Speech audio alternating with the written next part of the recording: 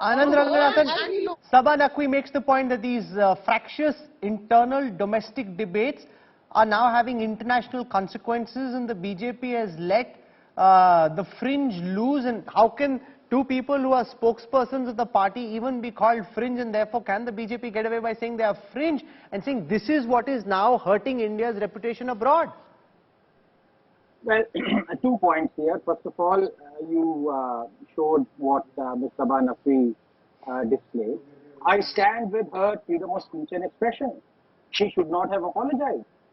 She mocked a religion, as did, in fact, Nupur did not. Nupur quoted from, as I said, Sahih Bukhari 5134 and Sunnah Nasai 3378, and it is quite disrespectful, in fact, of the Islamic scriptures that the government has called what Nupur said derogatory. At least the government should have clarified and quoted those said respected revered verses.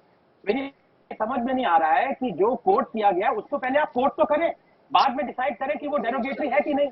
जब आप coat ही नहीं करेंगे तो आपने कैसे कह दिया कि ब्लास्फेमी है? क्या आप कहना चाहते हैं कि जो हदीस साहिह बुखारी है उन्होंने ब्लास्फेमी करी है? क्या सुनन नसाई जिसमें आयशा RA की खुद का कोट है वो ब्लास्फेमी है? So there is a lot of misinformation going, but as I said, Rahul, maybe my fellow panelists may not be free speech absolutists. I am. I stand for the free. I stood with Professor Ratan Lal, even though he was briefly arrested for his comment on the Shivling. I am a free speech because if you stand for Salman Rushdie, who said 10 times worse things, who actually did blasphemy, quote unquote blasphemy.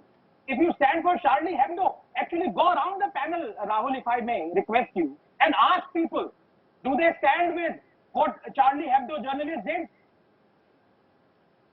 Okay, let me put that question to Aadil Boparai. Track records of parties such as yours on the issue of free speech highly dubious. There have been instances where the Congress has been caught out, from Salman Rushdie to MF Hussain. Secondly, now that the BJP has acted against Nupur Sharma and against Naveen Jindal, the point that the BJP makes is these are fringe elements, and therefore this is not the voice of the mainstream BJP. Can the BJP get away, according to you, by calling two of its own spokespersons fringe? Well, Saab, the fringe of the yesteryears has become the mainstream of today.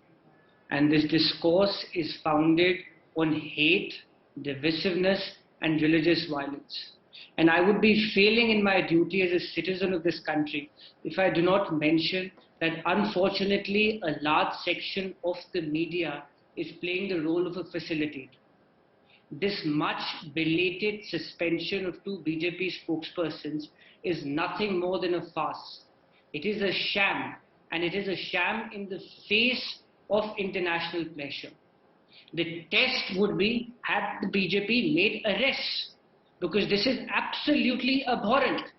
And these two spokespersons who are in the eye of the storm are merely manifestations of the problem.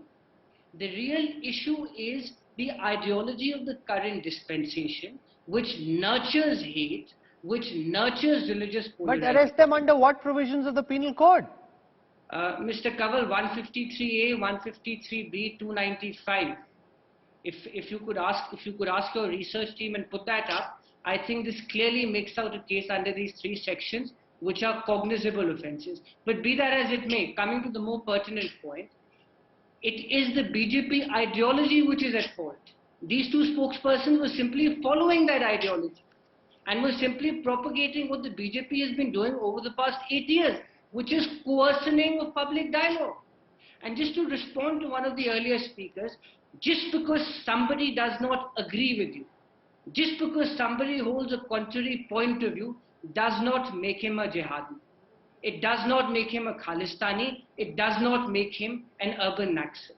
It is high time in this country that this coercioning of public discourse, this politics of name calling must stop, because this is hurting India's international image. It is causing irreparable image. And it's quite evident that even the government of the day, whose foot soldiers day in and day out tout lies and misinformation on the media, has recognized that these fringe elements are causing irreparable damage. Let Aishwarya Mudgil respond to this. Your charge that these are not fringe elements, they are your national spokespersons. They so far said what they did with the full backing. Nupur, in fact, did an interview saying that the powers that be back her comments fully, and therefore the BJP is just trying to cut its losses, try to reduce international condemnation and the blowback to the extent possible by suspending them for the time being.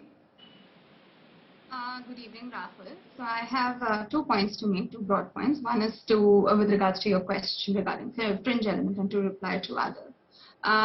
So first, with regards to fringe elements, I think, well, first, Nupur herself has, whatever has happened with her is unfortunate. Because it would embolden the radicals to invoke external forces, seek their help at the drop of a hat. If they don't like something in India, tomorrow they'll seek external pressure to pressurize India. Having said that, I think BJP or the government did what it had to do. The contribution of GCC nations has been fairly specific in terms of our contributing to our Indian economy. And they have, and Nupur herself has very categorically stated that her intention was never to hurt anybody's feelings or harm anyone's feelings. Same thing with BJP, because they have distanced themselves from these comments. If when there is a spokesperson makes a statement, they have their views, they put out their views. Some things the party high command may not be agreeable to, and the fact that they have suspended her means that they have taken a view.